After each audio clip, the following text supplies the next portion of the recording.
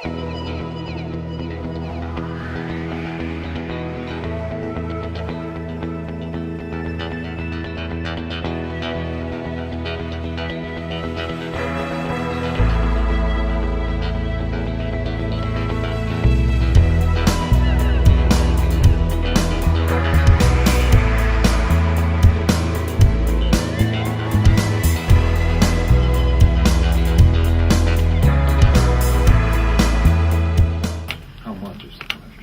think we're going to start. Yeah. Yeah. It is Today's the 11th. It's Wednesday. Yes, good morning and welcome to the January 11th meeting of the Barnstable County Commissioners. Please rise and join me in the Pledge of Allegiance. I pledge allegiance to the flag of the United States of America and to the republic for which it stands, one nation, under God, indivisible, with liberty and justice for all. And if we would take a minute to remember all of those who serve in our military, both here and abroad, and think of them in our thoughts and in our prayers.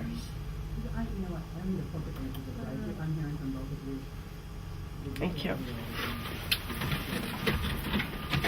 So we will begin our agenda with a rousing discussion on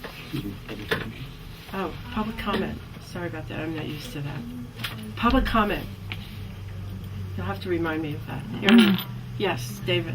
I just want to inform the chair that I may be recording portions of this meeting. Thank you very much for that. Yes. If there's anyone else who wishes to record, please just announce it. Thank you very much.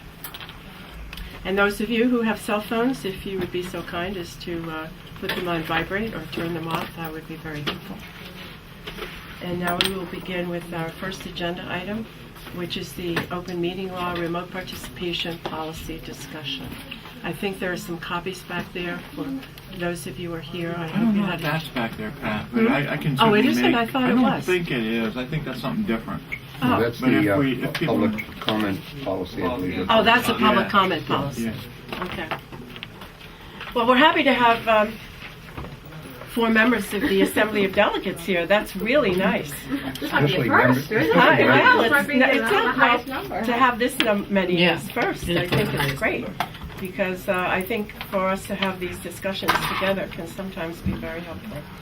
So this is our remote participation policy that we plan to adopt. It has been provided to us by our county council, and it is written in accordance with the Attorney General's statements regarding open meeting law. Yeah, Mark, did you want me to kind of go Sure. backwards in time? Yeah. As you know, I think it was last year, the legislature passed Chapter 30A, Section 20D, which allows remote participation at meetings of public bodies. And what that basically means is that people who are not physically in attendance can now participate in the discussion and vote.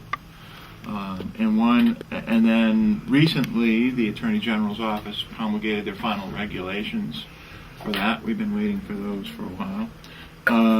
So we have the new regulations. A couple of weeks ago, Bob sent out a memo just informing us of some of the provisions of that. And last week at our meeting, you asked me to come back, put together a policy, and bring it to you, and that's what you have in front of you at this point in time.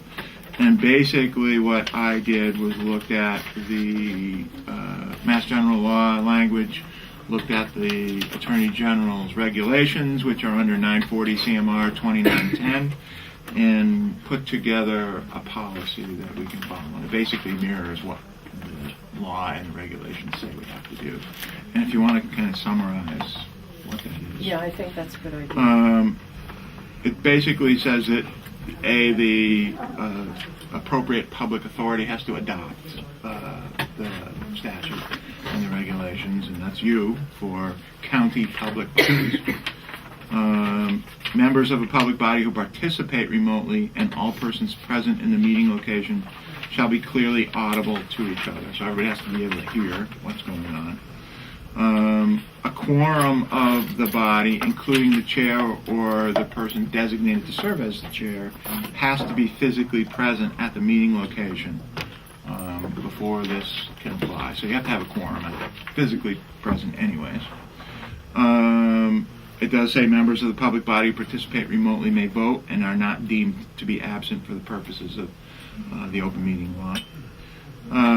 The chair or the person authorized to serve as chair shall permit a member of a public body to participate remotely if they determine that one or more of the following factors makes the member's physical attendance unreasonably difficult. And there's 5 of them.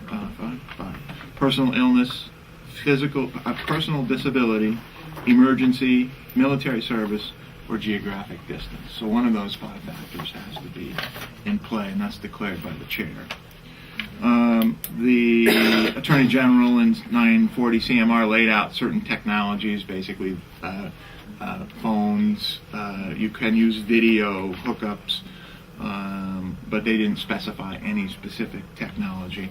But I put in the policy that it just has to be one of the ones specified by the Attorney General. And the conference calling is one of those, which we'll use here. You could use Skype. You could use Skype. You could use those types of Video conferencing, yes. The chair or the person authorized to serve as chair has to decide if there are any technical difficulties, how to deal with them. So it puts the responsibilities in the hands of the chair to deal with those types of technical difficulties should they arise. And then there are certain procedures that you have to follow in terms of allowing for remote participation. The member who wishes to participate remotely, as soon as is reasonably possible, has to notify the chair or the person authorized to serve as chair of their desire to participate remotely and the reason for that remote participation. At the start of the meeting, the chair announces the name of the member who's participating remotely and the reasons for why they need to participate remotely.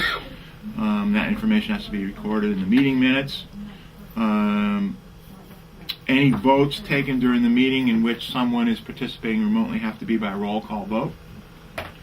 A member participating remotely may also participate in an executive session, but at the start of such executive session, the person participating remotely has to declare that no one is present or is able to hear what they're saying at their remote location. And finally, when feasible, the chair is responsible for distributing to remote participants in advance of the meeting copies of any documents or exhibits that are used in the meeting that's taking place. It raises a question, if I may, and that has to do with if a document is available at the meeting and you have a means of receiving it, either by the internet or by fax, would that? I think that would probably count as well. Yeah, I would think that would be the feasible piece of getting the document in their hand. Any questions? And you can always revoke remote participation in the same manner you adopt it, which is a simple vote. Okay, so this really just involves people who have a purpose at the meeting, either information, it's one of us that we have to have this vote and one of us can't get here, etc. It's not just open public comment. No, it's Right. It's a member of the It's body. member member of the of a body, public body. of the Yeah. public body. And once this is adopted, this will apply to the Assembly, Cape Cod Commission, Health Department Yeah, meetings, anything. all meetings that take. You're adopting All it for public all bodies. county public bodies. Right. Anything under the county umbrella. Okay. Do you have any other questions? Well, since we are graced with some of the Well, Assembly yes, members no, I here, was going to ask, but I was gonna going to ask you suggest- first. Okay, no, I'm good. That was the question I had was Anybody- how do you access. Visiting us from the Assembly? Yes, Bureau. Thanks for the opportunity. And if you just state your name. Spiro Mitro-Costas, Assembly Delegate of Town of Yarmouth. The regulations that you're going to be promulgating do not address per diems or travel reimbursements. To the degree that at least some participants in these bodies receive either of one of those two compensations, you might want to clarify the ability to continue to receive those or not. I think at some level, if you've traveled from a distance to participate in the meeting, you've incurred the expense, you should be reimbursed. If you're staying at your remote location, you didn't travel, you shouldn't be receiving the expense. I'm not aware of any bodies currently that receive a per diem, but you might want to clarify as well, does participation remotely, electronically qualify you for per diem? To the degree that it's not a large expense today, it may be overlooked, but as we move on towards these types of meetings becoming more and more frequent, eventually you're going to bump into this, I think. Well, just to clarify, you don't get a per diem, you get your mileage allowance. So If you if you request it. travel, you get your mileage if you request But it, you have- but you're you eligible for it. have to request If you it. don't It's not- travel, you don't get the mileage. Right. And there isn't a per diem. I mean, Do what we have it is any what per it is diem for us. at all? Do we have We have any out-of-state automatic? per diems, but they're all based, so there's a $38 per day out-of-state meal per diem, but still based on receipts. And what I meant was, is there any county employee or special employee, like elected people, who receive an automatic travel reimbursement just because they attended a meeting? No. No, nobody. You get your mileage. Everyone has to request. Everybody has to a file their reimbursement. mileage. And you have to actually Right. do the mileage. Right. Yeah. So if you were have to be present. participating remotely from home for one of the 5 reasons, then you wouldn't have traveled. Then you wouldn't be eligible for that particular reimbursement for that meeting. It doesn't. It doesn't prohibit you at the next meeting of that public body from them traveling. I don't think the idea is to supplant physical attendance. I think the Attorney General's quite clear on that when they lay out, you have to have these 5. Very They're good. pretty broad and pretty general, but they sort of suggest you have to have a reason, Right. not just Not make it feel a like habit. it. Yeah, exactly. Does that address your comment at all? I would prefer, our specific example at the Assembly is we all receive reimbursement. It's a standardized version so that we don't have to continually submit expense forms. So if you are traveling from Provincetown to an Assembly meeting, you're going to get approximately $22. If you do not travel, then you're not physically at the meeting, you don't get the $22. But if you're on Skype, do you get the $22? No. Okay. No. That seems pretty self-evident. In the future, if you appoint a board or commission, that you are also incorporating a per diem for participation, does the per diem kick in just because they're on Skype? Now, I'm not opposed to that notion. I just think you should have it clarified in the regulations that you're passing. Well, perhaps if I might suggest that in our travel reimbursement policy, we might state that travel reimbursement is for the actual travel to and from I think it any does say that. authorized. I Yeah. know, but it is any remote participation by a member of a public body will not constitute a travel reimbursement or something to that effect. Rather than putting it in this policy, I would think it might be more relevant to say that travel reimbursements are not authorized for those who participate remotely. That's kind of a... I think I understand. Yeah. I think what Spiro's saying. We don't have any of those. It's sort of he's suggesting something different, so that by participating in a meeting of a public body, we'll pay you $20 every time you participate in that meeting. We don't do that. You are serving as a public servant. You know, most people who are on 24 public hours. bodies get no compensation for it except their travel allowance, so they get their mileage.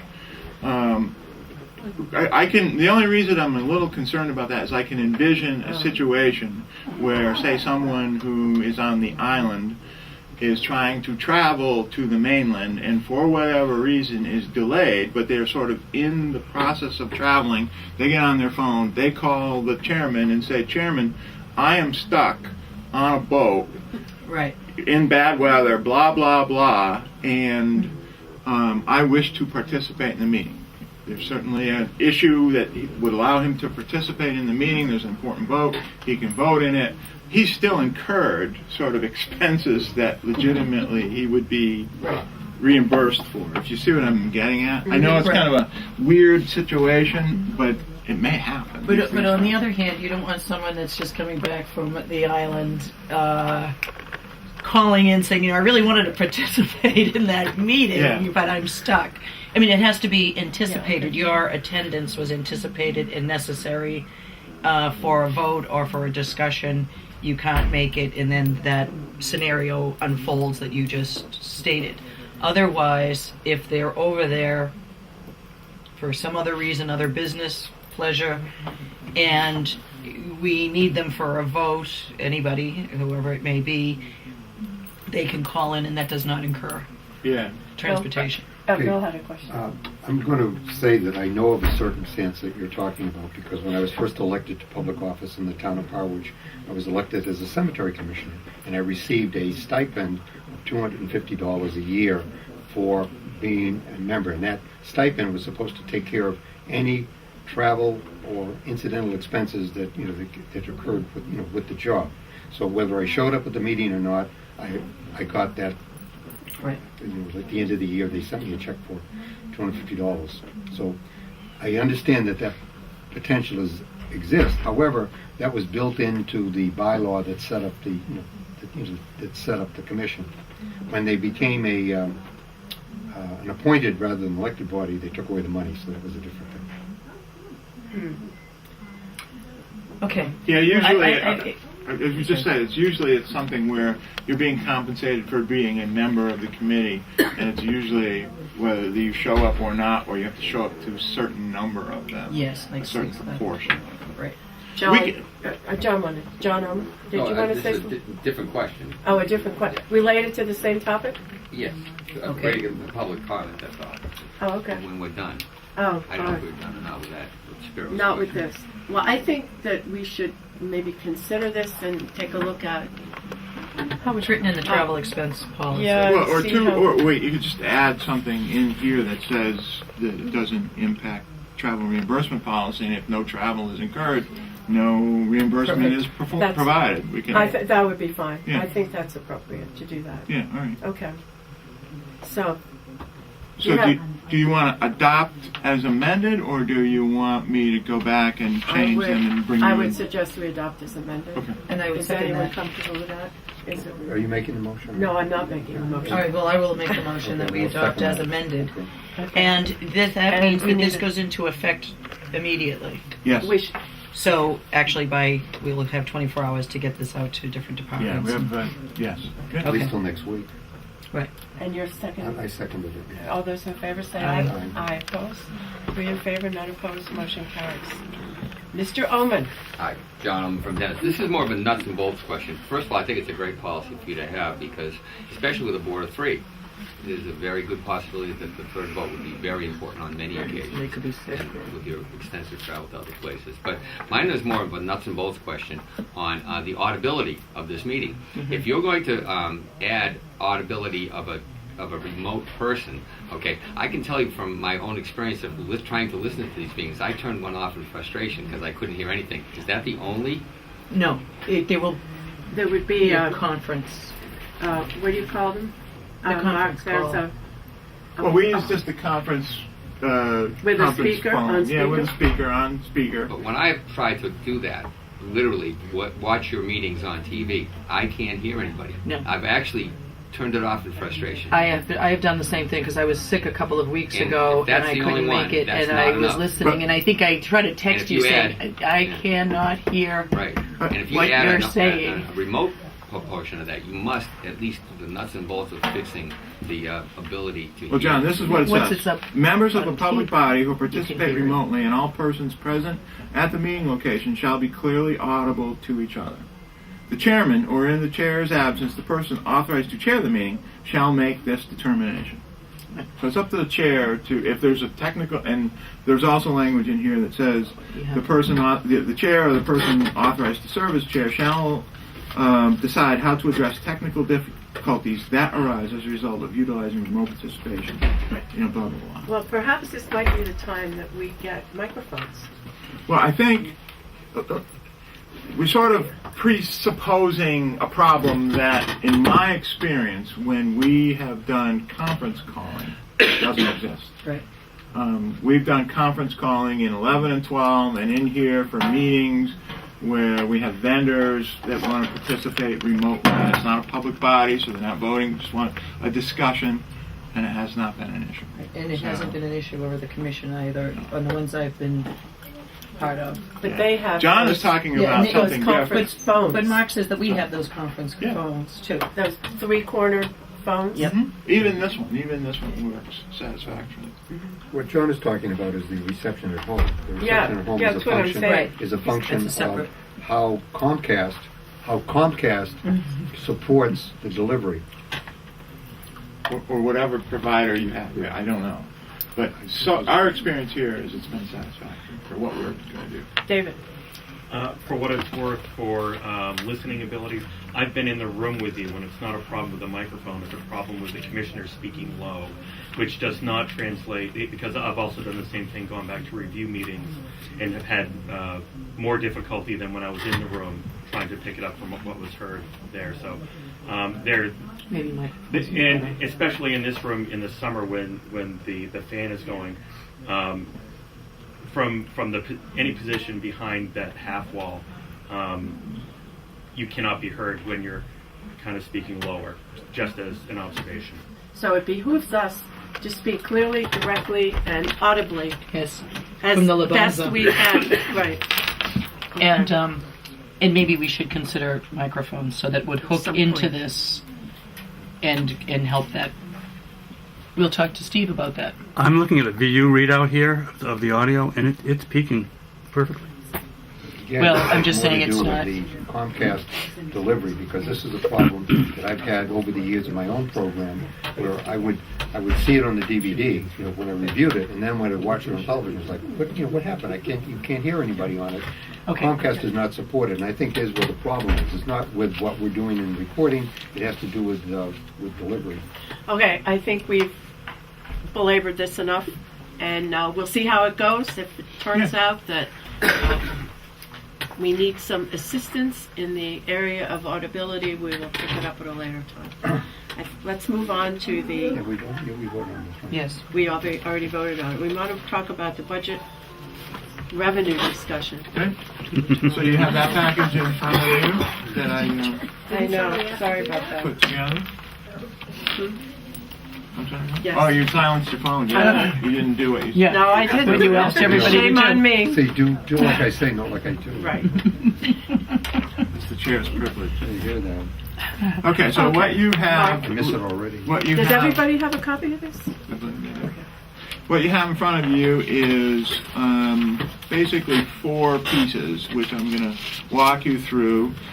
Pat, you asked for a kind of where are we now revenue for FY 2012. That's on the first page. It also shows what actual FY 11 revenues are for all the budgeted revenues that we had for that particular year.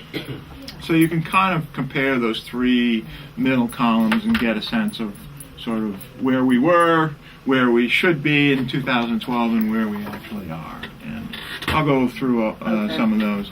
Bill asked the question kind of when he first got it, oh, we have a $3 million revenue increase in FY 2012.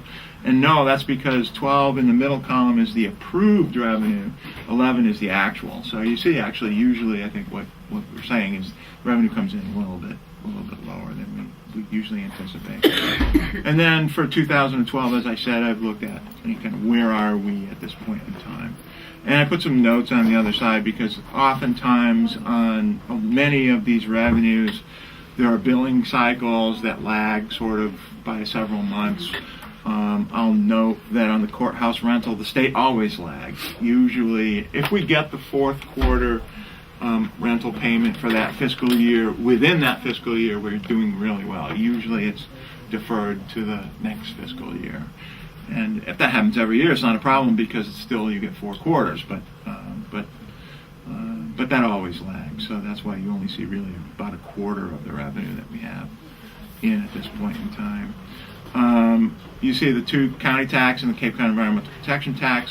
We're only halfway through the year, so we collect those in two payments. The second payment should be due this month, so we'll be receiving that. And I should note that all of these numbers are as of 12/31/11, so it's the end of the first half of the fiscal year. Yeah. You do see, and that's the number everybody pays attention to, the deeds number, and the deeds number is low. We've only collected 43%, so we are behind on our deeds collections. That's been slow, and it's, in all my discussions with Jack and Dave over there, it's probably going to continue to be slow. So. But our deeds is only 10% of the budget, Our deeds is approximately. It's approximately 1/3. 1/3 of the budget. Yeah, they're thinking of the county tax assessment. That's right, I'm sorry. 10%. So that's a big number, and frankly, going forward, this is the number. We're going to have to pull that number down. We're going to have to tighten the budget up on that revenue number because it's just not there. So is that for the present budget or for the one coming? One coming up, you'll see. There's one we get to it. So. There was an article in the New York Times Sunday too about housing and the housing market and what is it expected to do in 2012. And nationally, there are some who think that it will pick up maybe a little bit, but there's no guarantee that that will happen. But the one thing that will not happen is, according to this nationwide group of experts, is that the home values are not going to increase at all. And that's what we have seen, I think, on the Cape, too, is a decrease in the value of properties. So even if they are sold, and if the sales continue to be, I won't say strong, but perhaps moderate, that the sales, the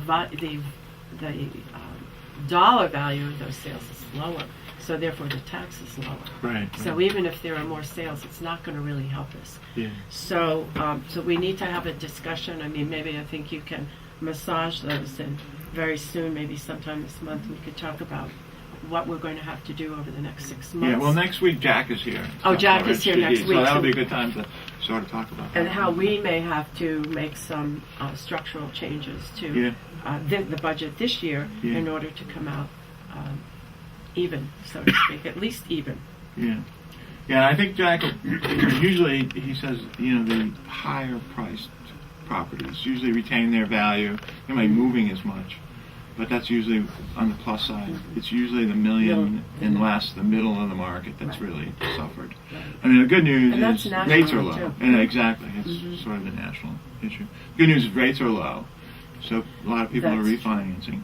So and more foreclosed homes are selling too. Yeah, and those are moving too. So, but and that's there definitely are fewer a low number. foreclosures, and more foreclosed homes are being sold. Yeah. People are actually buying them. So having that conversation, will he be prepared to have that discussion with us when he comes? Sure. Okay, Yeah. that's good. So some of you may want to come next week as well. Okay.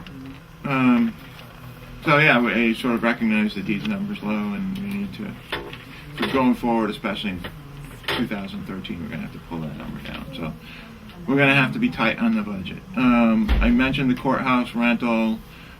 We just finalized the submission of the court costs. It was about $1.5 million. That'll be going off, and that's for next year, sort of thing. So we'll probably have a similar number around that next year. I think it's a little bit higher than that. But you see that the revenue that we receive from the state, and I have to say they've been very good about paying a fairly high proportion of their costs. If we submit $1.5 million, we just about get $1.5 million back. The wild card number has always been the administrative charge that we put in there. We include an administrative charge every year. Some years they pay it, some years they don't. Sort of depends on how much money they have. I will say that for this year, the monies we're receiving this year for fiscal 2010, we're always a year behind. They did pay the administrative service charge that we added, so that was good news. So we'll have to see how that works next year. But that's always a lag. We do receive $500 in purchasing fees for doing work for Martha's Vineyard towns. That's billed at the end of the year. All of our grant contracts, our reimbursement grants, So it's sort of hard to tell from a 2012 year-to-date number kind of where you are, although I'd say they are pretty decent. They look pretty good, but you can tell from the FY 2011 actual number that we're pretty good at collecting the numbers that we say in there. I'd say, I hate to point out the weakest one, we can maybe talk to Paul a little bit later, is the Cape Cod Commission one. He does have a couple of grants in there, I know that they anticipate getting, but they haven't actually gotten to date. So For this year. For this year. You can kind of see that from the 2011 number. And the other thing that you will see, they have pulled down their grant estimation for Mass Highway. Mass Highway's tightening their belt. They're not giving out as much money as they That had was in his previously. budget for Yeah, next year. his You mon- could see some of those. Yeah, you'll see it when we get to projected the. changes for the commission. Yeah, we'll see Yeah. it when we get to the fourth page. I have their actual revenue estimates in there, and the grant number is down a little bit. So, and then moving on from the grant contracts, you get all the department revenues, and Before we leave the Cape Cod Yeah, sure. Commission, Yeah. this is a pass-through. This is not money that we hold on to for the county. This is money that they've applied for and they receive. that funds their Their activities. budget. Yeah, Okay. yeah. All right, so we're just looking at this as being an item in our overall budget because we're also collecting for them the environmental protection tax. Correct. Yeah, they're treated, although they have a separate fund, Cape Cod Commission fund, they're treated like any other department. You guys do the budgeting for them. So when we get to that point, Bill, I can star sort of on this list here all the Cape Cod Commission revenues, and those revenues will match their expenditure number on the expenditure page. And two things to keep in mind. They currently have some vacancies. I don't know if they intend to fill them or not. But they also, if you look at even their budget for next year, it's less than this year. Yeah. And the other point to make is that for the last 2 or 3 years, they have not received any county funds, which Right. they used to receive at least $100,000 a year in county funds. They now operate solely using their own revenue sources. So I think those are important points to make. Yeah, and of course, part of the thing I think is under discussion is whether or not we would continue to support the rental property. That's another. Well, we are going to bring talk that about up. that. Okay. Their rent is $130,000 or $40,000 a year. That's a lot, I think, for them. So that's something we should think about in terms of Exactly. the space we have up on the hill. Okay.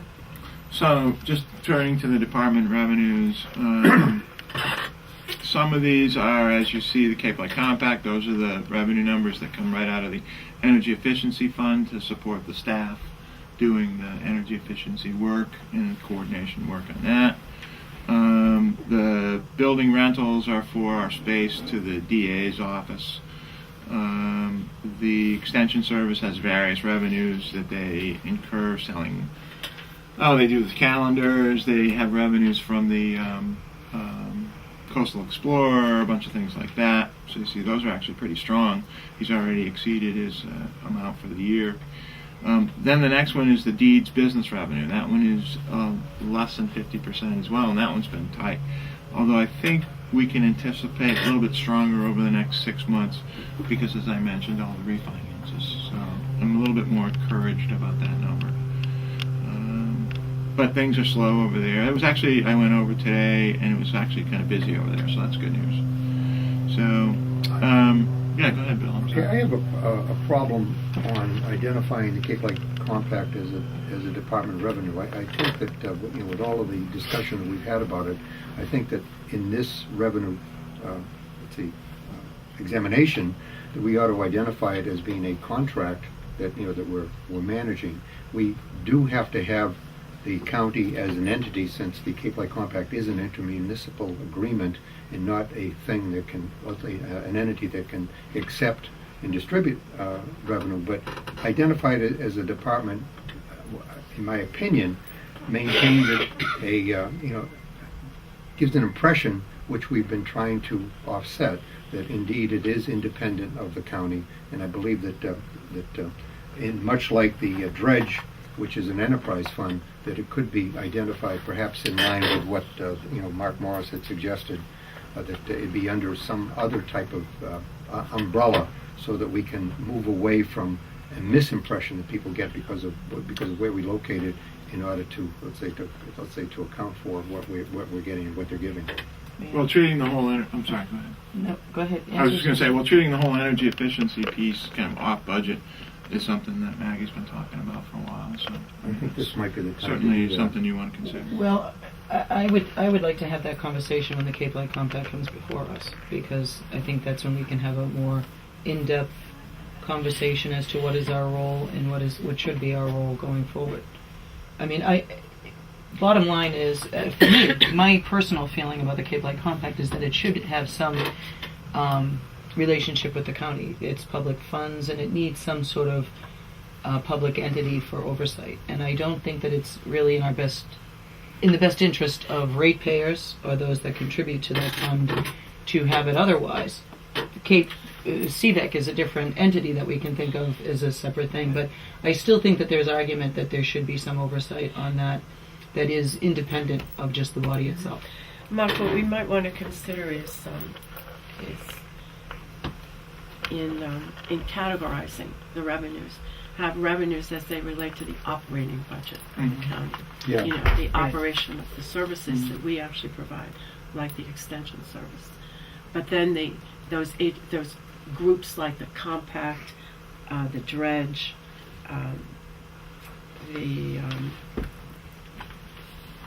I don't know exactly, but those two septic, particularly, septic. just Yeah, have the septic, separate, Septic is the just other, put them which in is separate dedicated. categories Yeah, as, because they're dedicated. Right. yeah, Yeah. so that it becomes, so that we actually can look at the revenues that actually support our operation of county services, Right. and those that are separate have their own category in the overall accounting of the Yeah, 'cause that's county actually a budget. good idea. I can kind of further And you can split just those look out. through these and Yes. Right. And I would suggest to you that since the transactions of the dredge and the Cape Light Compact are all part of the audit process, that there is county oversight by the assemblies, hiring the auditor for the transactions. So there is, there has been and continues to be, let's say, oversight with regard to the activities, at least the financial transactions. Well, it can have a different title and it can have different code numbers, and they're just pulled out Right. separately. And there's also, I do think that when the Cape Light Compact, we should actually review some of those comments in the audit, because they do have recommendations on going forward on how to make sure that there's balances, that there's a balance. Yes, there are. If you read the rest of the audit, there are recommendations. Not with regard to the Cape Light Compact. I believe there are. But I don't have it in front of me, so I'm not going to Well, point when it we out. I'm actually not going to look at it, argue it. we'll So know. when that New comes before audit, They us. just finished their internal work, so we should be getting draft documents over the next month or so. Well, and the reason I mention No. this, Phil, is I specifically talked to the auditors about were there any either recommendations or findings with regard to their observations on past audits, and they specifically said that there were not. So Well, if there if is you something read in the there, audit carefully, you will see that there are sort of red flags and recommendations going Red forward. There's There's part of the comments.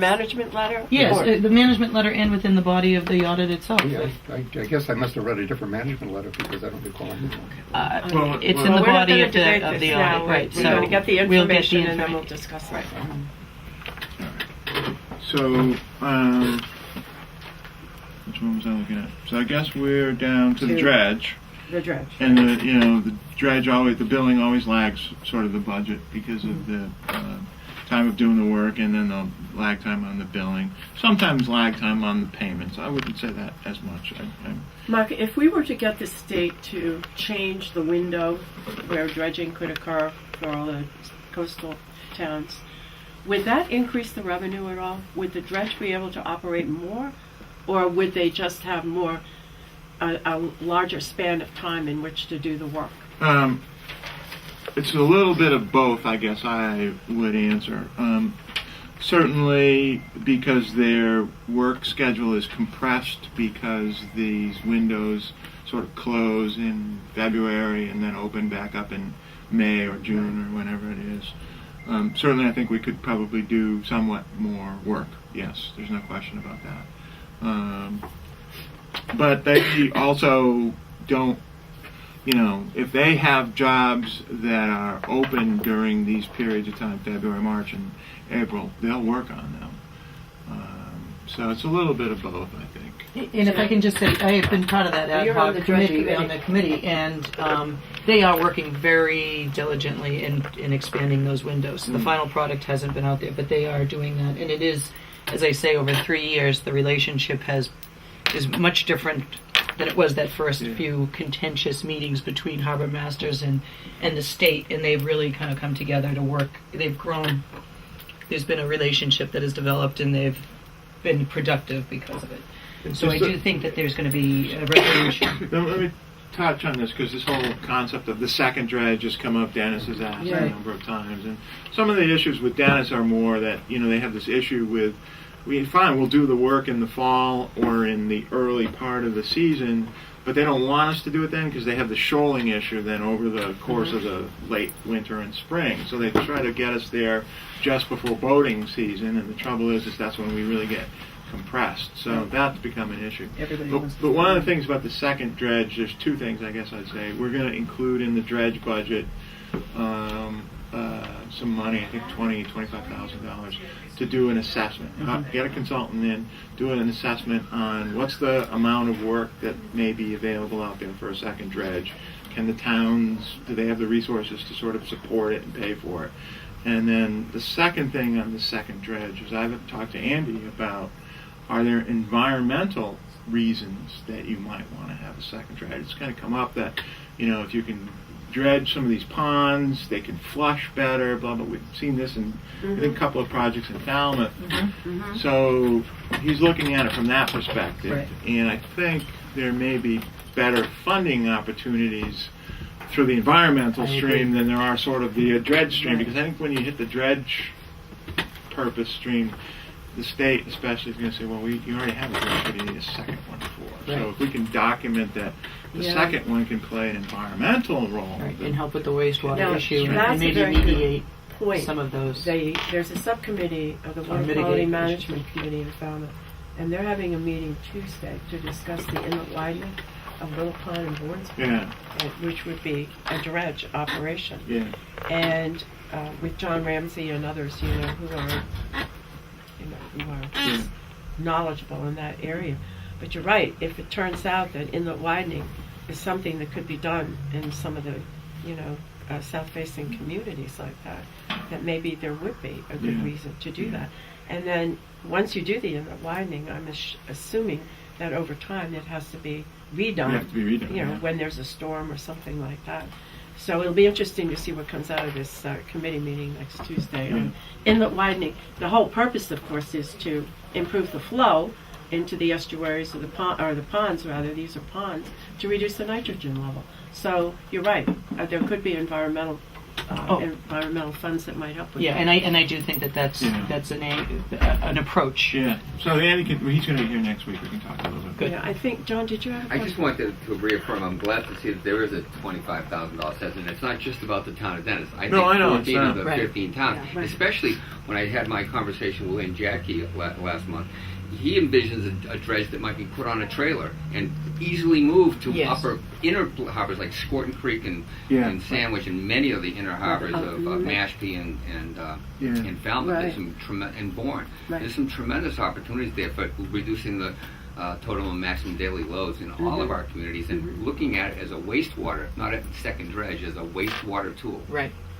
That's how we're I think going that's to a very approach it, key. yeah. I'm very happy to hear that that's going to go into the budget. Yeah, we've been talking about it quite a bit, John. And actually, one of the shocking things for me is, for all of the equipment, or most of the equipment that we have, when we acquired back in '96, '97, we got with $1 million state grant. So we got the Ellicott dredge, the boat tender, and another smaller workboat. So that was $1 million. I asked Wayne, he's thinking of a smaller dredge, as John said, that you can kind of put on a trailer and truck somewhere. And I said, John, Wayne, what is the cost of that? And he estimates the cost of that dredge would be about $1 million. So it's going to be an expensive endeavor if we can pull it off. And Maggie if brought you- that up at our last meeting. Yeah. We need the commitment. I mean, we have to. Yeah. And Maggie's concern is, if the fee schedule doesn't. If you have to We buy can't the keep it. dredge and capitalize the cost and build the payment of that into your fee schedule, it's going to get expensive. It might impact the town saying we can get a better deal. So this is Yeah. what we want. We want to make sure that it doesn't exceed what towns would feel would be. Well, if you can pay for it with wastewater Yeah. grant Oh, or some absolutely. sort of low Yeah. interest funding, Right. that would help certainly Right. a lot. You know what I mean? That's true. Did you I'm have going a to suggest to you that as we go into this discussion, one of the things that was brought up by your selectman, was it Wayne Bergeron, was that he was convinced that there was enough application of the dredge, to support its use. I think that's a question that needs to be responded to and answered, and if that can be supported, I think that begins the discussion with regard to the feasibility of going forward. The good news for revenue pieces is the dredge revenue pays for what we spend. And it's an enterprise fund, so that's what we do. If we have to adjust it the next year because we didn't take in enough money and we spent too much, that's what we do. We just adjust it with the rates. So I don't think we've had a rate adjustment though for quite a few years. So. Health lab, you see, actually we're doing pretty good this year, 230,000 out of 500,000. We were a little bit down last year. I think George sees some opportunities here, especially once we can get our relocation done. He sees some opportunities, I think, for the, I don't know the name of it, but the new, Ion. yeah, no, there's the, the drug issues in the water supply and those types of things. I can't remember the name. Which would be very interesting because I would think that testing for those pharmaceuticals or personal care products. That's would be- exactly it. Thank you. Yeah.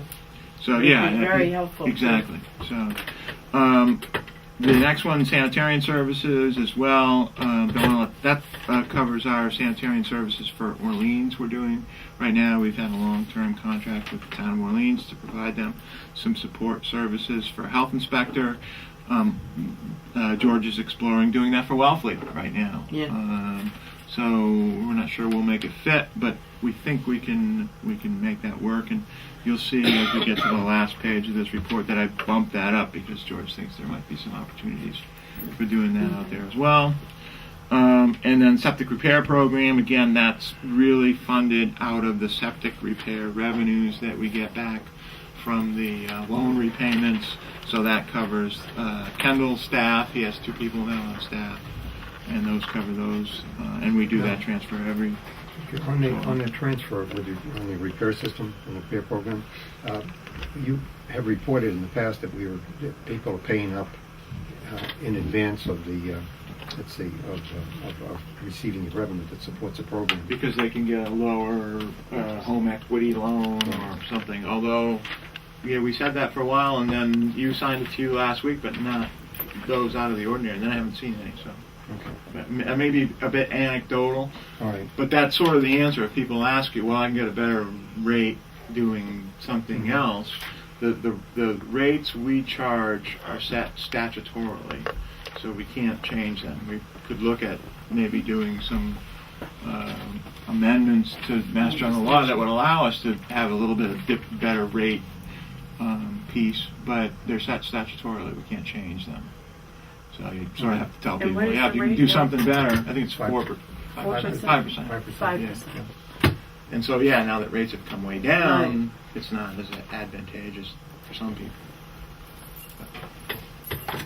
We should follow up on that conversation Yeah. and see if there is legislation and maybe speak to Senator Maybe Wolf not about less that. than or and- not more than instead Exactly. of Instead of delegation. setting a Amount. hard number, you could do maybe a range. Yeah, they would range. give us a range, Yeah. right?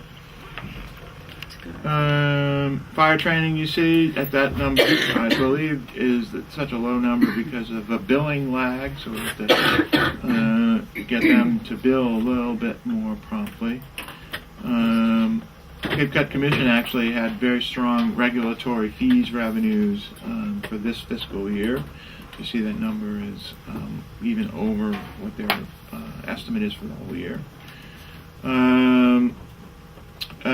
The license plate receipts we transfer out of for the rest area at the end of the fiscal year, so we haven't done anything at this point in time yet. Miscellaneous receipts, those cover everything from telephone revenues to vending machine revenues, all kinds of weird things like that. Interest income is pretty straightforward, pretty self-explanatory, although interest rates are a lot lower than they were at one point in time. And then finally, the Cape Cod Environmental Protection Fund Reserve. That's the reserve funds that the Commission uses for their budget. There's several pieces in there. There's the pure reserve. They also have in this year's $200,000 from the legal reserve for the Anderson and Krieger piece, and I think they might have had something in there for the building. Now, is that a reserve fund that's separate, or is that? It's their reserve out of the Cape Cod Environmental Protection Fund, the Cape Cod Commission Fund. But they don't they keep track of it in their budget as well? Yeah, They do, and then at the end of the year, they have a reserve set aside, just like we do, and they notify you of that. Mm-hmm. And actually, it probably is in the Treasurer's report, under the fund, so you'll see those numbers in there. And then the bond issue revenues, we are planning on doing a bond issue this fiscal year, and the whole capital fund will be replenished when we issue the bonds. So that's really an in and an out, or a pass through, as Bill would say. So that's sort of the picture of where we are now. You see some behind. The most two significant ones that we need to pay attention to, obviously, are the Registry of Deeds tax, the excise tax number, and the Registry of Deeds business number. Those are such big pieces of the budget. So you mentioned, and helpful for the folks from the Assembly here, and I'm not sure, Marshall was there, I think. I don't know if Teresa was there, and John was there, certainly. But the presentation that I did on the Treasurer's report sort of helps you walk through, and what I can do is share it with them as well. And what you saw it, because what I did was, because this question comes up, I looked at the Treasurer's report and what the general fund balance was at the beginning of fiscal 2011 and what it was at the end of fiscal 2011, and then walk you through how you got to that change, what changed between the beginning of the fiscal year and the end of the fiscal year. And it kind of shows you the pluses and the minuses that we always talk about. You can't just look at the minuses. You can't just look at the pluses. You have to look at everything in the big picture. So we're going to. What I'll do is I can send that. Why don't I send that to Janice and then ask her to distribute it to the Assembly as a whole? I'll ask Janice to do finance. And I can come back and give another presentation. I think that would be. Yeah, I think helpful, it's since we're always in that, helpful. in that mode right now. Yeah. Revenues and expenses. Once, even though it's It's a the year same removed. body as the new body. Everybody's in place, but it's always a good reminder. You're Yeah. still just learning and getting all of these things Yeah. under your belt, and it makes more sense a year later, especially if you're new, to hear it again. Yeah. So. Yes, sir. Bill? What is the $2,000 difference between the figure on the back page and the figure on the front page for When's the third? revenue for 2012? What is Well, let me projected? get to there. I don't know yet. So let me get to there. I don't know. It says 2013. Oh, John. I mean, there's some staggering deficits that are going on, and I'd rather have you chew on them before I weigh in. But one of them I wanted to actually ask about was Are the you Fire on the Training page Academy. one? I'm still on page one. Okay. The Fire Training Academy got blushed over. It had only, $89,000 last year, and Right. it was literally doubled for this year. And I see no evidence that they're going to be able to even match last year. I think it's time that the commissioners look at it as an enterprise fund. It's wonderful to give all, and I don't deny the greatness of the services they give, but I'm not sure that we can afford to do that anymore as a county in the present conditions without seriously looking at making it an enterprise fund. I know that more than half of the towns, when they do their Fire 1 and Fire 2, including Falmouth, I believe, they send them to Stowe anyway. They drive right by Hyannis and go to Stowe because it's in the contract. So we're not being effective with that either. We're not getting even half of the firefighters to stay on Cape with that. And I know they do other many burn unit and everything. Right. I'm not denying what they do, but Yeah. we have to look at that as a structural deficit. You know, that's a good point. As towns are doing No, it, No? I You don't agree? object that it's a good point. Oh, okay. That you can't sort of pick and choose. You may have a policy discussion about whether you think the Fire Training Academy is a valuable service to the Cape or not. That's a legitimate discussion. But to frame it as they're not making the money that supports their cost, the expenditure side is not valid.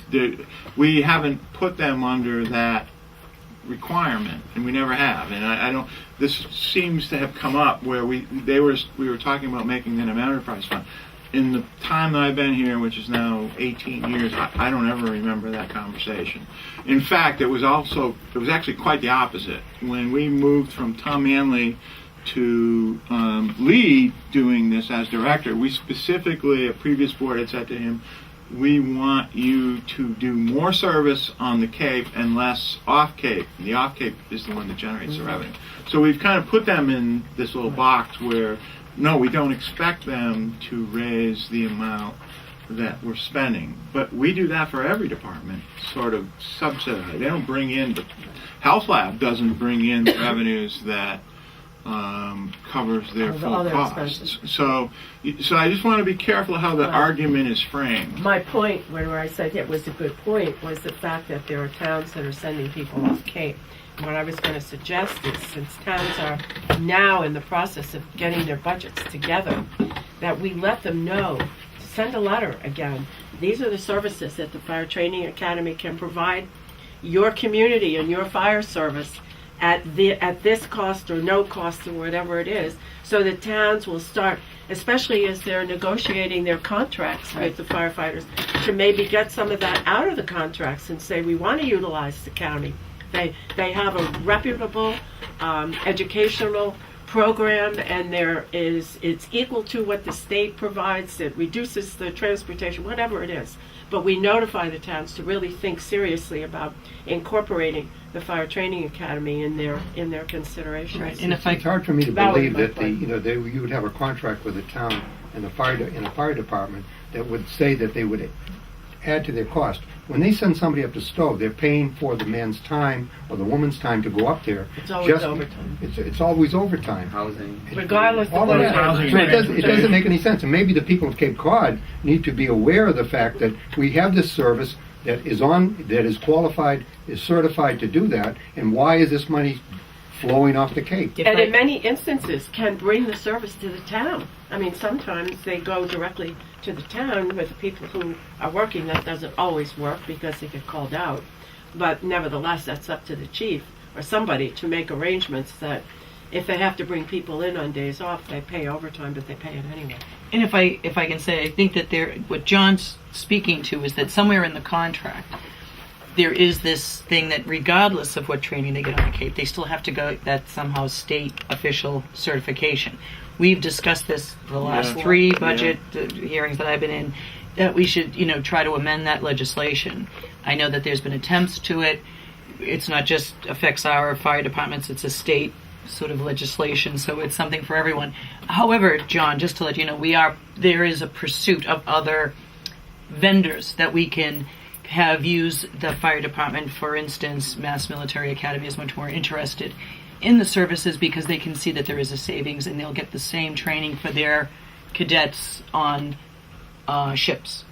So that discussion and relationship has started, and hopefully will bring in more revenues and even some improvements to the academy. So things are moving in that direction. I just think it's highly optimistic that we doubled the projected revenues under the circumstances that March is dictated. Well, That, let's I face agree it, with you, John. There's no question that, Lee, we need to talk to Lee about, how much revenue can the place really bring in. That I don't dispute that. Anticipate a structural deficit. Sort of ironically, if we do more of the Firefighter 1 that they're going to Stowe for now, that won't increase the revenues and actually may have the impact of lowering the revenue because there's less opportunity to do out of county training. But doesn't this then, to some extent, address the question of, and especially with the commission that you set up, what is the county doing? And I think Bill, to some extent, mentioned it. You know, I think you really need to, I don't want to say force the towns, but if you have a county service that people are going off Cape for, and that we are subsidizing, then this is a perfect example of, I'm not sure this county service, I'm not saying to get rid of it, but I think you need to seriously look at this, because obviously we are not doing it more cost effective, whatever they need. And I think this is a perfect example of why you really have to take a look at this. I mean, and I've always, and I think it's great, but I am concerned that of the years that I've been on the Assembly, they have got less and less money. They're going all up to Stowe, and I used to live near there, so it's a gorgeous, if you've ever been there, it's a gorgeous thing. I didn't realize that the legislation that they have to go there, but we have to, I think, take a look at this, because I don't know how long we can continually support this. No, Mark, I also noticed in some of the town services reports that they do confined space training for firefighters. But they could also do it for DPW employees. They Yeah. need to have Yeah, confined space yeah, we've training. talked about that, yeah. Yeah, I mean, they that have would to be be more Actually, aggressive. A few You know, years things- ago, they did one for MWRA, because they were doing the big tunnel up and And they have a great setup up Yeah. there for confined space training. And they could spread that out to Yeah. people in the water departments and sewer and all that who have to get down into those That trenches. should be an effort. I agree that we can charge to have a So more we increased haven't effort on talked this. yet with Lee, but he's in next week. he comes in next week, so we can have this discussion with him next week. Oh, Joyce. I just want to follow up, Lisa Margaret. I thought you said something about billing lag when you were talking about the fire training. So I'm just Yeah. curious, how accurate is this on the amount of billed services? And are we looking at a process issue in collections, or an actual issue of not enough services being billed? I think it's both, actually. I'm sure there's a billing lag, because you only see $3,800. I mean, I'm that's sure he's done more really than jumps that. out at you. It's like, Yeah, I exactly. understand why that you'd flag that. Yeah. So he can be prepared to respond to So, that next so week. he's got a structural problem about, we need to think of ways to raise more revenue, period, because there's no way he's making his 180, as John points out, there's only 90 of all of last year. But I think there's also a billing lag that he's got there too. That's another whole process issue that's equally as important. Yeah. Okay, so that's sort of the picture of where we are at the moment. And What then about miscellaneous receipts? miscellaneous receipts, I mentioned that Oh, you it did? has everything to do with, it's anything from any phone revenues that we get to vending machine revenues, any kind of weird things that. How do we get phone revenues? Well, we used to have the, whatchamacallit, but I think the DA and. What's whatchamacallit? Payphone. Payphones. There's no Oh, I payphones see. then. So you just get payphone revenues. I'm like, okay, we haven't spoken But together. those are all gone. But now the DA, I believe, reimburses for phone call, whatever Oh, okay. reimbursements we get for that. All right, I see. From Okay. Okay. external use of phones. I think it's vending machine revenue, whatever else. And that I get, but I didn't get Okay, the phones. so- All right. Next page? No? Are we done? Yeah, next So page. this is Then just, I yeah, this is your chart. then I sort of look at historic registry of deeds revenues, and I do it in those are the next two charts.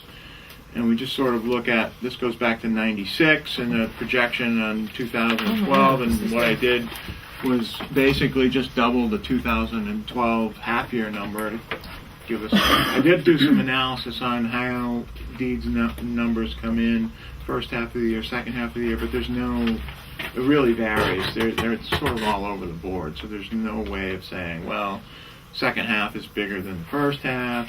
You really can't tell. So I just doubled it and come up with a projection. So It will probably never be up to 9,000 Man, or 9 million rather. So there you see the variability. Well, it certainly will be at some point in time in the future, But not in the because next values. 5 years. But yeah, that's big.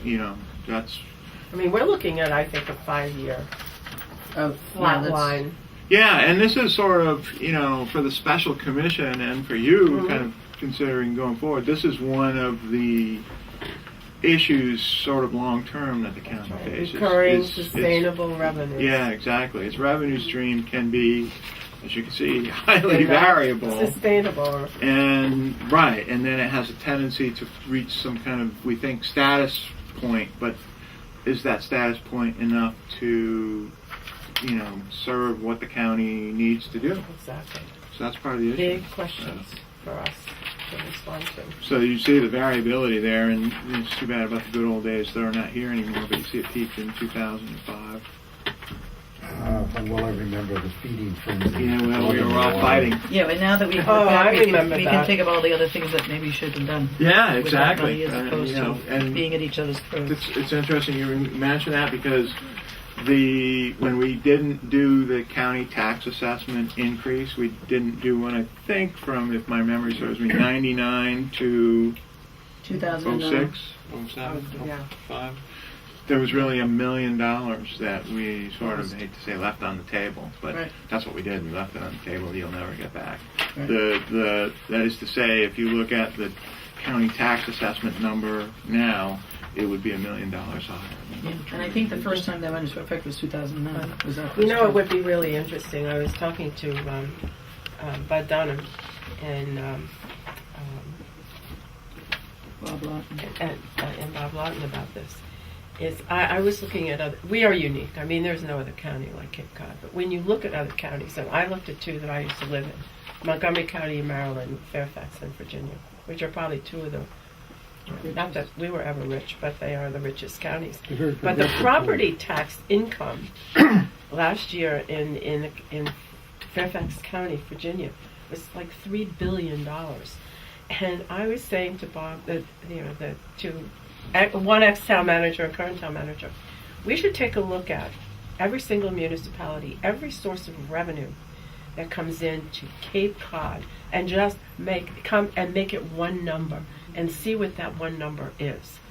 You know, if we and what are we actually, and what is it costing us, in a sense, if we have all this revenue, and then look at what the total expenses are Cape-wide for everybody, and just see what we're really looking at. And if you really want to talk about regionalization and efficiencies, just look at the actual gross numbers and expenses all the way around. George Bryan actually developed those figures on a Yes. regular basis, I and I can think tell they're you what over at they the are. Assembly right now. And the expenses of all the 15 towns, roughly, the municipal governments, are $1 billion. If you add the 15 town budgets, Barnstable alone is $160 million. Right. You're absolutely correct. But see, that's why I have never attended your special commission on the county, because I would say to them, you're wasting your time. The thing you need to do is dissolve the towns, and we become like in the South, and it'll never happen. You guys, they're futzing around at $25 million. The real money is at the town level. But that's just not going to happen. And but you look at Fairfax and Montgomery, they're real counties in the sense of government. I See, understand that. Yeah, There's no right. comparison. No comparison. No, It's but totally it's different. what is interesting is they look at a whole county in terms of the total revenue in a county. We have never looked at the total number. I mean, maybe you have. George Bryan but- always did. Yeah, We have 20 fire chiefs. Yeah. Right. Think Right. about And if you, I agree with you, but I think that if you did look at that picture, then you could look at those services. I mean, we know that there are town managers on the Cape that are willing. Could you please regionalize, take this off me, my assessor or my health agent or my whatever the case may be. But if that was really laid out and you looked at, what the savings would be for the towns per service or per function, they could then start saying, you know what, that doesn't really have anything to do with our control or our character or our own governing of our town in its interests. Mark, These if you are look at- added on things that we have historically had, but as times get tougher and resources are less, do they really define us? And that's where the argument may be able to be made And for it could more be done regionalized as services. the Not lower everything. Cape, the middle Cape, the upper Cape, or something. I don't know. It's just it's a conversational point at this point, Right. no? And then we need to A move on. medium-sized city has about 220,000 people. I think a useful figure of merit would be, what does it cost to run a medium-sized city of 220,000 people versus what it costs us to run Cape Cod?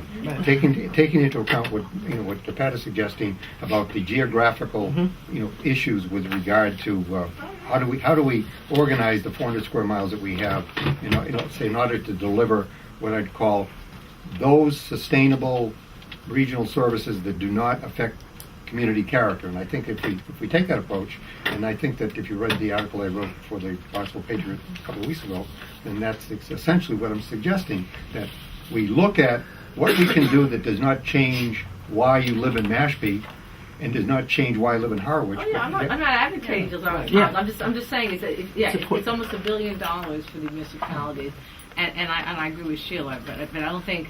I think we've tried that discussion for the regional division, but it's just I don't see it that there's really any effort. I mean, you could regionalize, God forbid, town clerks.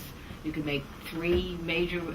There's a lot of things you could do, but it's just really Transition. hard. And it is. The Take a transition while. is immense. It It's can't never- happen all at once. Of course it can't. It's sort of happening at the edges. Right. But What's very, been very happening, small. it's come a long way, but it's at the edges. There's no It's question. a about time that. for everything. That's right. That's We're Okay. moving there. Next page. Where are we now? So that gives you the picture pretty much Of since the I've been deeds here revenues? of the deeds revenues. Then I shortened the time frame, and I started doing this because of these spikes. So you try to shorten the time frame to get a better sense of what the trend line really is, and that's what those 2 black lines show. So basically, what that trend line means is we sort of probably pull down our deeds revenues for next year. Definitely. So things are going If to it be becomes a tight. bumper Yes, year, then that'll be better. definitely. We need to be conservative. So then, You don't What's like, coming you out like of your that mouth? word? Well, I think conservative budgeting is the thing to do Right. in this So- time. Programmatic budget. Yes, well, we'll get to that. We'll get to but that, that too. takes a while to get to that. But so you but need to Mark's know kind working of what on you that. might have in your hands going forward. So that's what this page does. We looked at, what Oh, this is for 2013. this is Right. the 2013 and what This is proposed. will you potentially have at your disposal for revenues. So county tax and the Cape Cod Commission tax go up 2.5%. You see the deeds number.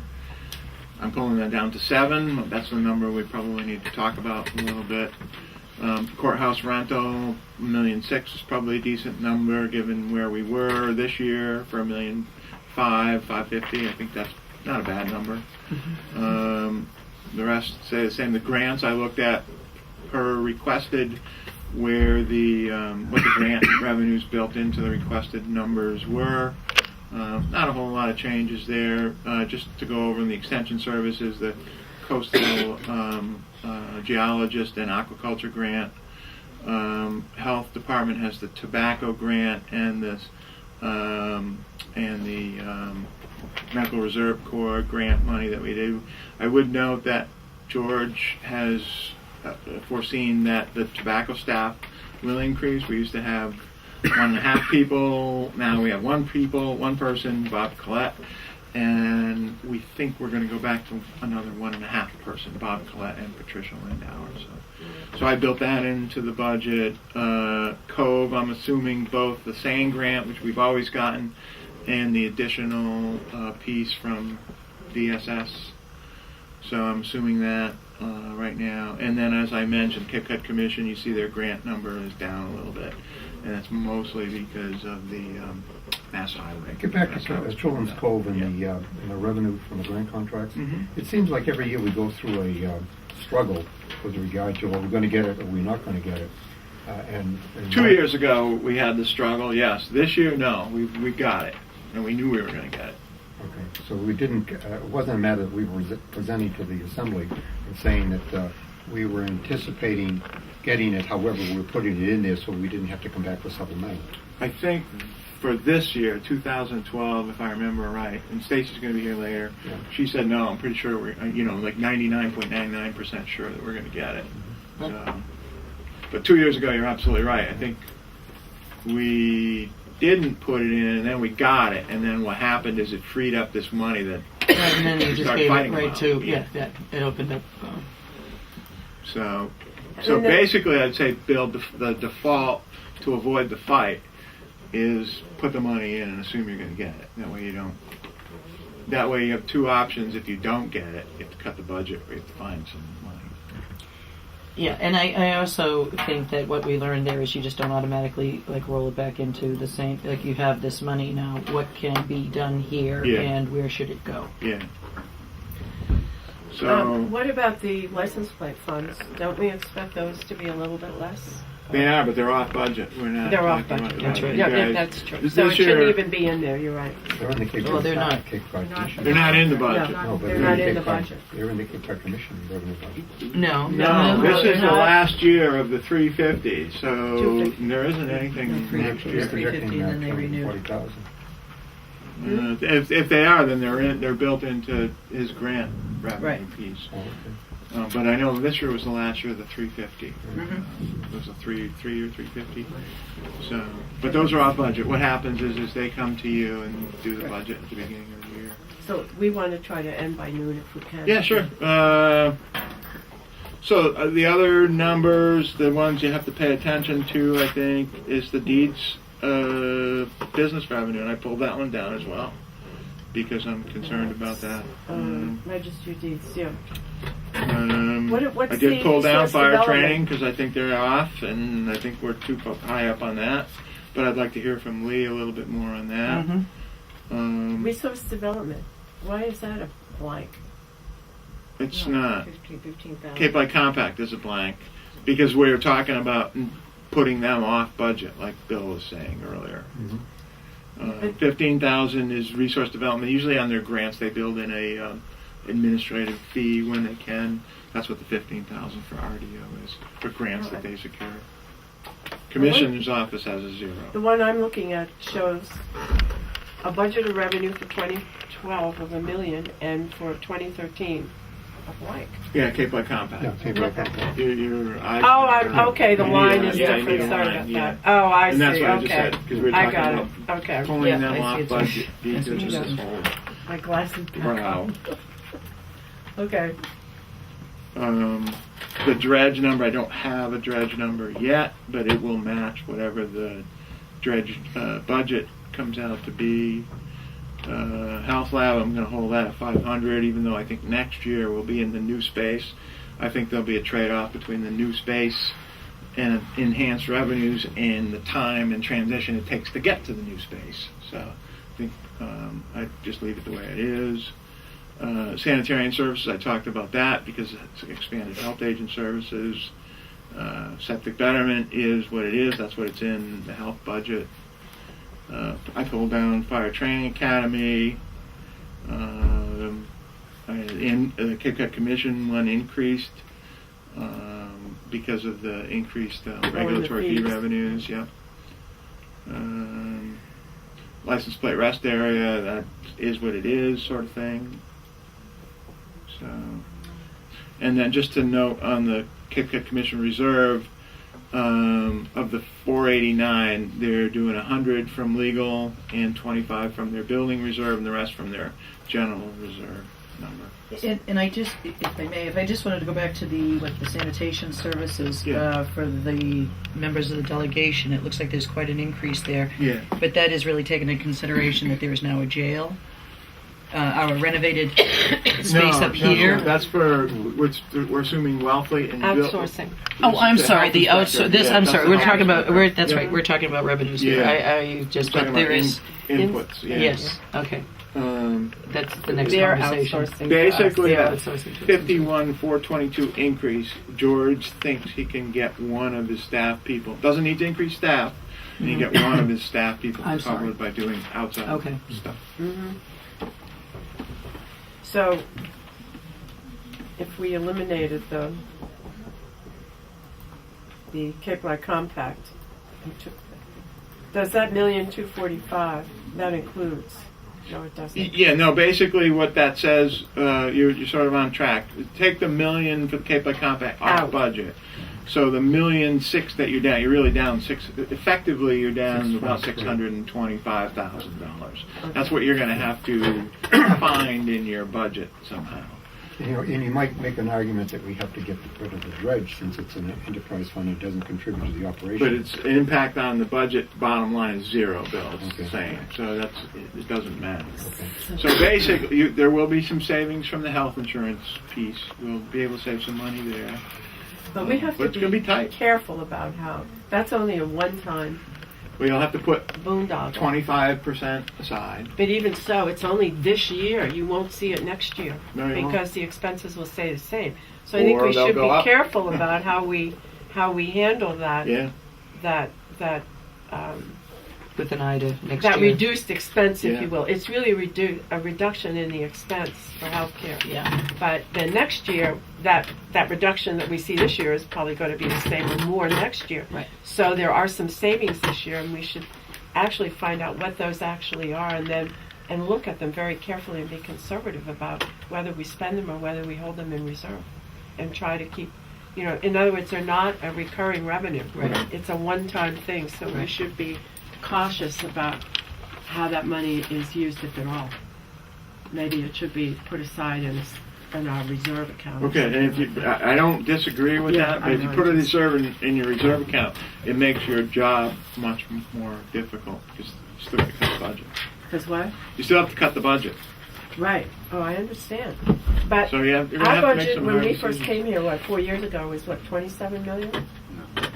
No, Well, we've 26 sort of been closest. stable, pretty much. It's been about the 25, same. maybe 26. We haven't It's been been Maybe about the 26. same. Yeah. So maybe now we're 26. proposing 23. So Yeah. that's a significant reduction It is, there's no question about in it. a matter of 3 years. Yeah. Part of it is circumstantial, the jail and those kinds of things, and some of the pass-throughs that we had in there. But yeah, it's going to be tough. And so, unfortunately, well, not unfortunately, I didn't want to do it today. I have a list of issues, and you're going to hear some of them today when you hear from IT and Cape Cod Commission, because one of the big issues that's out there is this whole idea of, the Cape, the Open Cape will have the ability to offer kind of these services to the towns in the form of, well, we don't know what form they're going to take, but the towns are sort of asking us, can you kind of coordinate the Right. provision of that service? So that's a need that we're going to have a hard time filling, but I Right. think it's going to be an important need. Right. And I think it's just now time, God bless you, it's just now time for, I think Open Cape has had to do all of the work that it's had to do and get all of these things done, but now it's time to really include the towns, because it's going to be the next phase. And I know some towns felt like they were being, we're not part of this discussion. It wasn't really ready to go there yet until you could see the whole landscape. So, and I think that their involvement in those discussions will be helpful. It actually came up at the December Town Administrators Luncheon, and it was very well attended. They were sort of talking about the special commission stuff, but actually Charlie Sumner sort of raised this question, said, how is, the county, I think, is going to be asked to kind of Right. coordinate this thing from Open Cape, and it may be the e-billing, and it may be all these other potential things that sort of we're not aware of yet out there, but we sort of have to figure out how we want to Yeah, coordinate. and we need to do that Right. because if there are savings for them, they need to know that as Yeah, well for exactly. their budget. Somebody needs to say, okay, town, here's what it is. Yeah, here's the Do menu. you want to participate? At what level do you want to participate? And then kind of put those pieces. And there'll be a cost for that participation, but Yeah, it will a bit probably lower. be significantly less than what they're currently paying. Yeah. Right. So. And sort of what all of this, if you kind of take it all together, even long-term sort of suggests is, right now, given the structure that we have and the revenues that we have, the only way to put all this stuff together is sort of a fee for service, which is what we've been doing. That's what we do for the building inspector. We do subsidize that a little bit, but it's sort of a fee for service thing. Ed Centio and Dan Gallagher came to the Falmouth Selectmen's meeting the other night, and Ed gave that whole presentation Right, on the e-billing thing, on yeah. the It's really- e-permitting, and it's just There's a lot of absolutely potential. amazing. Yeah. I mean, the potential. So hopefully using- we'll get part of that grant. that he's- Yeah. Yes, the that regional would be grant. very helpful. And what is he asking for? This is a $4 million It's the state $4 million. grant I don't know. It's available. That's It's available. available I for don't know how innovation. much his grant application was. I don't want to say. I think it was $1 million I something. was Was it gonna $1 guess million $1 one million or bucks two, or something something. like that? Yeah, I'm not. But I'm a not lot sure of either, towns now, I think about 8 or 9 towns have signed on, and they have, it's due the 17th. So they have to get all the other Yeah, towns if they on can board. get all But towns we've on just board. gotten some letters recently from Eastham and Yeah. a couple other towns. There have been questions raised, at least in Harwich, because they've had an ongoing, let's say, evaluation committee on it, and they are very supportive of the e piece, but are very concerned as to whether or not they would be making a commitment to, let's say, to support Open Cape, and then have Open Cape not really be in a position to, let's say, to support them on an ongoing basis. Right. So, that's a question that if we're going to get into this, I think we should have the same concern that, that we are part of an ongoing viable operation. Open Cape is a highway. The ramp system, there have been questions that have been raised in Harwich about, is it going in a place that supports the commercial development piece? It is going by the public safety. It is going by, and there will be an interconnect because the library is across the street from the from the town hall, so town hall can break into it. But they're raising these questions about if we're presenting it as being a benefit to the commercial community, as being how it's going to be supported going forward. That has not been answered completely. Well, as I say, I think that's we where have a this letter from Dan conversation Gallagher starts now. that he just sent to us. We should read this letter. It's sort of on this whole issue about Yes, doing and we this should support. It's this whole issue about, because Open Cape, once that network is created, they're out of the picture Yeah. in terms of Yeah. the services. I think Bill sort of correctly said And- they're the conduit. That's Yes. right. And then there's these they're peripheral providing the things. infrastructure. And we Yeah, can the- make it what we want it Yeah, to exactly, be, right. and We the towns can have be to. a That's where partner the towns in the then come in and servicing say that. of it, that's what he wants to talk to us about. So we should get that on our agenda fairly soon. We want to end now because we have budget starting at 12:30. Do you have any other comments you'd like to make before you leave? And you're welcome to Spiro? come back. Sure, but I suspect we'll be back. I think we're heading in the right direction, but I would like to say that it is your prerogative as commissioners to build a budget on the expense side as you see fit. I think it's our role as the assembly to not so much criticize how we're spending the money, but what we agree on is the money, is the revenue coming in. So this was helpful. In general terms, I would still be cautious. We seem to have raised $21.5 million in 2011. If we're lucky, we'll raise $23.5 million in 2012. And you're projecting to spend $23.5 million in 2013. That does not buck the trend line, at least. However, we will have spent $1.5 million more in 2012 than we brought in. So we kind of have $1.5 million missing, and it would be, I think, it would behoove us to look at the 2013 budget as, if we're not going to completely stop the bleeding, which I hope we do, we also look at putting some of that money back.